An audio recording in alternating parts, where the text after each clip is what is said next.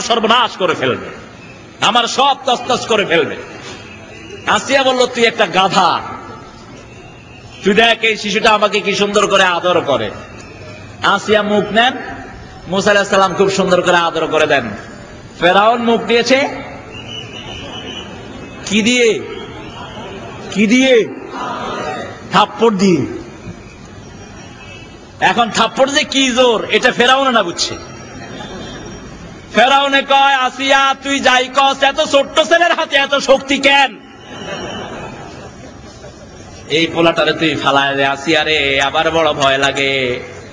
কয়, তুই একটা গাধা, আগুন জ্বালা, মোমবাতি জ্বালা, আর খালি মোমবাতি দুটি জ্বালা, দেখবি ওই আগুনটাই ধরবে। এটা শিশু। এটা কি শিশু? মুসা আলাইহিস সালাম ধরতে গিয়েছিলেন এমনি খালিটা, কিন্তু জিবরাইল আমিনুর হাতটাকে আগুনের কাছে দিয়ে দিলেন। আল্লাহু আকবার, যাতে এটা প্রমাণিত হয় উনি শিশু। উনি কি? আস্তে আস্তে বড় হলেন। ফেরাউন না ছোট কালে যখন থাপ্পড় খাইলো, বড় হলে থাপ্পড়ের তেজ বাড়ে না কমে? মুসা যখনই এমনি তাকাইতো, ফেরাউন আরেক দিকে ঘুরতো। কত আন্ত জগই, কখনো সামনে পড়তো না। মুসা আলাইহিস সালাম যখনই চোখে তাকাতেন, ফেরাউনের কাম শুরু হতো একদম ছোটবেলা থেকেই। এর মধ্যে যখন তিনি যৌবনে পদার্পণ করলেন, মুসার বাবুর্চি মিশরের বাজারে তরকারি কিনে একজন লোকের পয়সা দিচ্ছিল না, মুসা আলাইহিস সালাম সেখানে হাজির। এই পয়সা দে, ওরা পয়সা দে। আরে ছিল না, আই ফেরাউনের বাবুর্চি। তো মুসা কেন, আই ফেরাউনের ঠাকুর, আই ফেরাউনের মালিক। আলহামদুলিল্লাহ কন, ওই বাড়ির মালিক আমি, ঠিক কিনা বলেন? পয়সা দে। সকল নবী মজলুমের পক্ষে থাকেন, কারণ পৃথিবীতে সব নবীকে আল্লাহ মজলুম বানিয়েছেন, ঠিক কিনা? জালেমের পক্ষে কোন নবী নাই। এক থাপ্পড় মারলেন, এক থাপ্পড়ে লোকটা কি হয়ে গেল? কি হইল? মারা গেলেন। এবার ফেরাউন 144 ধারা জারি করলো, মুসা আলাইহিস সালামকে যেখানে পাও ধরে আনো। এক থাপ্পড়ে মানুষ মেরে ফেলাইছে, আমারও মেরে ফেলেন। মুসা আলাইহিস সালাম হিজরত করলেন, অনেক লম্বা ঘটনা। শুআয়ব আলাইহিস সালামের মেয়েকে তিনি বিবাহ করলেন। আল্লাহু আকবার। আল্লাহর কি ফয়সালা, হাতে শক্তি বেশি না কম? কোন নবী দুর্বল ছিলেন না। কোন নবী দুর্বল, কোন নবী পেটুক ছিল না। যেগুলো ফ্যাট বড় দেখবা, এগুলো নবীর সুন্নাত থেকে খারিজ। শুধু খায় আর হাঁটতেও পারে না, বিরাট চেয়ারে ডাকাতের মতো বসে থাকে। ঠিক না বলেন? সব নবীরা যুদ্ধ করতেন। বিশ্বনবী সাল্লাল্লাহু আলাইহি সাল্লাম বলতেন, জান্নাতের 40 জন তরুণের শক্তি একা আল্লাহ আমার শরীরে দান করেছেন। জান্নাতের 40 তরুণ মানে হলো পৃথিবীর 4000 মুহাম্মদ আলীর শক্তি একা আল্লাহ বিশ্বনবীর শরীরে দান করেছেন। আমার নবী সাল্লাল্লাহু আলাইহি সাল্লাম যখন হাঁটতেন, সাহাবায়ে কেরাম পিছনে দৌড়াতেন। পিছনে কি করতেন? দৌড়াতেন। আর বিশ্বনবী যখন হাঁটতেন, মনে হতো উপরের থেকে নিচের দিকে নামছেন, মানে পাতার উপরে হাঁটতেন, নরমাল হাঁটা হাঁটতেন না। মুসা আলাইহিস সালাম ওখান থেকে আসলেন, হাতে একটা লাঠি। আল্লাহ জিজ্ঞেস করলেন, ওয়া মা তিলকা বিয়ামিনিকা ইয়া মূসা? ক্বালা হিয়া আসা আতাওয়াক্কাউ আলাইহা ওয়া হুশু বিহা আলা গনামি ওয়া লিয়া ফিহা মাআরিব উখরা। সুবহানাল্লাহ বলেন। ও Musa, what is in right hand? তোমার ডান হাতে কি? নবীরা ডানপন্থী, এই জন্য ডান হাতে। আলহামদুলিল্লাহ বলেন। আমরা কোন পন্থী? চিৎকার করে বলেন। আমা তিলকা বিয়ামিনিকা ইয়া মূসা। বাম হাতে থাকতেও তো আল্লাহ বলতে পারতেন, আমা তিলকা বিয়াসিরিকা ইয়া মূসা। হে মূসা, তোমার বাম হাতে কি? এটা বললেন না। নবীদেরকে ডানপন্থী আল্লাহ করেছেন, আর কিয়ামত পর্যন্ত যত লোক জান্নাতি হবে সবাই হলো ডানপন্থী, আর যতগুলো জাহান্নামী হবে সবাই কোনপন্থী? জশ্ন জুলুসে যারা নেতৃত্ব দেয় তারা কোনপন্থী? মিলায় নেন, খাতায় খাতায় মিলায় নেন। একদিন মিছিল করেই শেষ। কোনদিন আল্লাহ দানের পক্ষে এরা কথা বলে নাই, ঠিক কিনা? কোনদিন বিশ্বনবী সাল্লাল্লাহু আলাইহি সাল্লামের উহুদ, বদর, তায়েফের একটা ঘটনা এরা বলে নাই।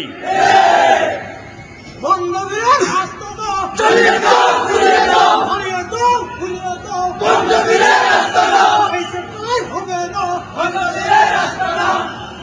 বাংলাদেশ একটা সরল সহজ দেশ, আমাদের দেশের লোকেরা সবচেয়ে ভদ্র, ঠিক কিনা? আমরা টুপি দাড়ি দেখলে মানুষকে শ্রদ্ধা করি, আছে না নাই?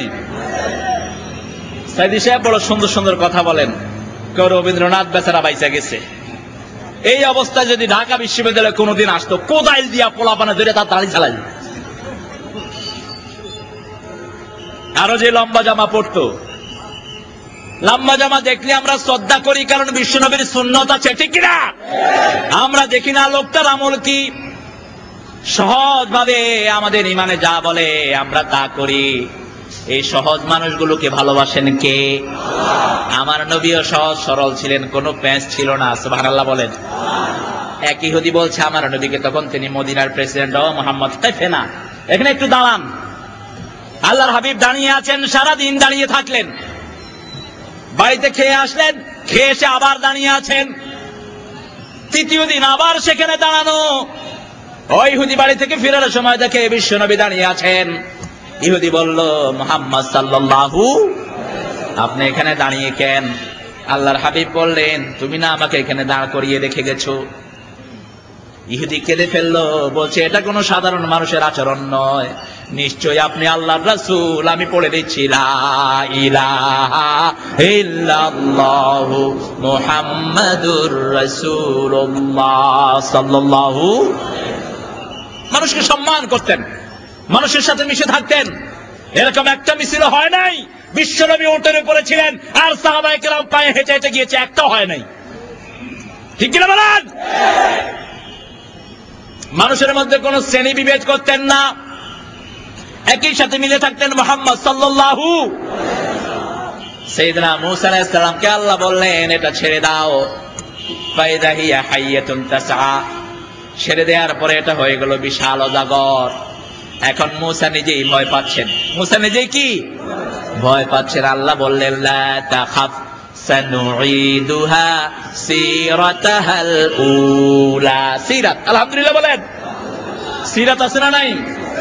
ভয় পেও না মূসা, তাগুত দেখতে এরকম বড় হয়,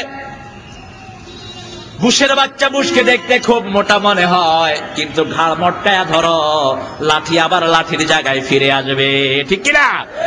এই জন্য পৃথিবীর কোন তাগুতকে আমরা ভয় পাই না।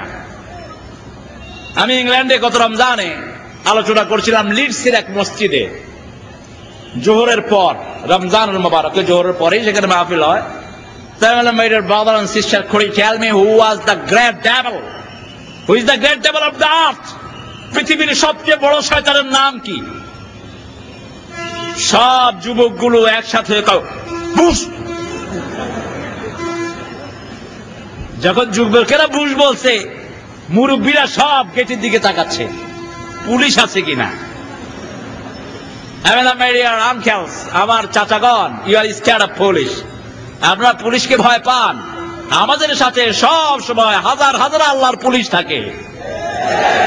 আমরা পৃথিবীর এই ছাইপাশ পুলিশের কোনো ভয় আমাদের কলিজায় নাই, ঠিক কিনা বলেন? আমরা ভয় পাই কাকে? এই জন্য সব ভয় আমাদের পায়ের তলায় থাকে। সাইয়েদনা মূসা আলাইহিস সালাম ধরলেন, লাঠি হয়ে গেল।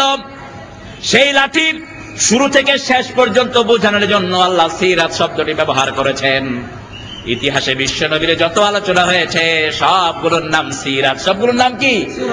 সিরাতে ইবনে হিশাম, আছে না নাই? সবগুলোর নাম সিরাত। তবে আমার ভাইদের জন্য আমার আফসোস, সাধারণ যে সমস্ত মানুষগুলো ওখানে প্রতারিত হচ্ছে, আল্লাহ তাদেরকে মাফ করে দিক। আরো জোরে বলেন আমিন। অনেকে আছে শুধু বিশ্বনবীর মহব্বতে যায়, ঠিক কিনা? বিশ্বনবীর মহব্বত খালেজ ভাবে যদি কারো হৃদয়ে থাকে, তাকে আল্লাহ মাফ করে দিবেন। আলহামদুলিল্লাহ বলেন। এখন আমরা পড়ব আমার নবী কিসের জন্য এসেছেন, কি দিয়ে গেলেন, কিসের হিসাব আল্লাহ নিবেন। কিছু বাজে জিনিস আমাদের সমাজে চালু আছে যেগুলোর সাথে আমার নবীর কোনো সম্পর্ক। স্পেনে যখন মুসলমানদেরকে কাফেররা মারা শুরু করে, তখন স্পেনের মুসলমানরা ঝগড়ায় লিপ্ত ছিল। মূসা যে গাধার পিঠে করে চলতেন, ওই গাধার পেশাব পাক না না পাক? কইছে না পাক, ফতুয়া দিয়ে। আচ্ছা, মূসা আলাইহিস সালাম যে গাধায় চলতেন, ওটার পেশাব পাক হইলে কি আর না পাক হইলে কি? এটার সাথে ইমানের কোনো সম্পর্ক আছে? একটা বেহুদা জিনিস। এটার সাথে ইমানের কোন সম্পর্ক? এখন এরকম মাসলা মাসাইল আমাদের দেশেও আছে না নাই? আমি নাম বলবো না, চিনবেন আপনারা। অনেক বাহুল্য জিনিস নিয়ে আমার সমাজে আলোচনা হয়, যেগুলো একটাও কিয়ামতের প্রশ্ন হবে না, একটার উত্তর বিশ্বনবী দেওয়ার জন্য দুনিয়াতে আসেন না, ঠিক কিনা? আল্লাহর হাবিব সাল্লাল্লাহু আলাইহি সাল্লাম ছিলেন একজন শ্রেষ্ঠ মানুষ। নবী, সব নবীরা মানুষ ছিলেন, কে বলেছেন? তবে বিশ্ব নবীর সাথে কারো তুলনা হতে, কোন নবীর সাথে কোন মানুষের তুলনা হওয়া সম্ভব, যেমন সাহাবায়ে কেরামের সাথে আমাদের কোন তুলনা হওয়া সম্ভব নয়।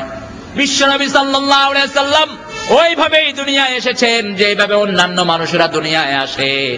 আল্লাহর হাবিবের শরীরে রক্ত ছিল, আমাদের শরীরে রক্ত আছে না নাই?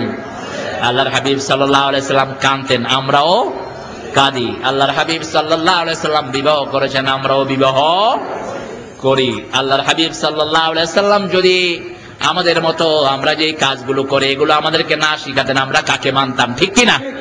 ঘরে ঢুকার সময় তিনি কোন পা দিয়ে ঢুকতেন? তো যদি তিনি পা দিয়ে না ঢুকতেন, আমরা এটা জানতাম কোত্থেকে? একটা ফেরেশতাকে কোন মানুষ অনুসরণ করা সম্ভব? ফেরেশতার খাওয়া আছে, ঘুম আছে, বিবাহ আছে। এই যে এই বাজারটার নাম কি? বন্দর টিলায় ফেরেশতার কোনো দোকান আছে? তো আপনি এটা মানবেন কেমনে? কেমনে মানবেন? কিন্তু সব নবীদের ব্যবসার সাথে সম্পর্ক আছে না নাই? আমার নবী ব্যবসা করেছেন কি করেন নাই?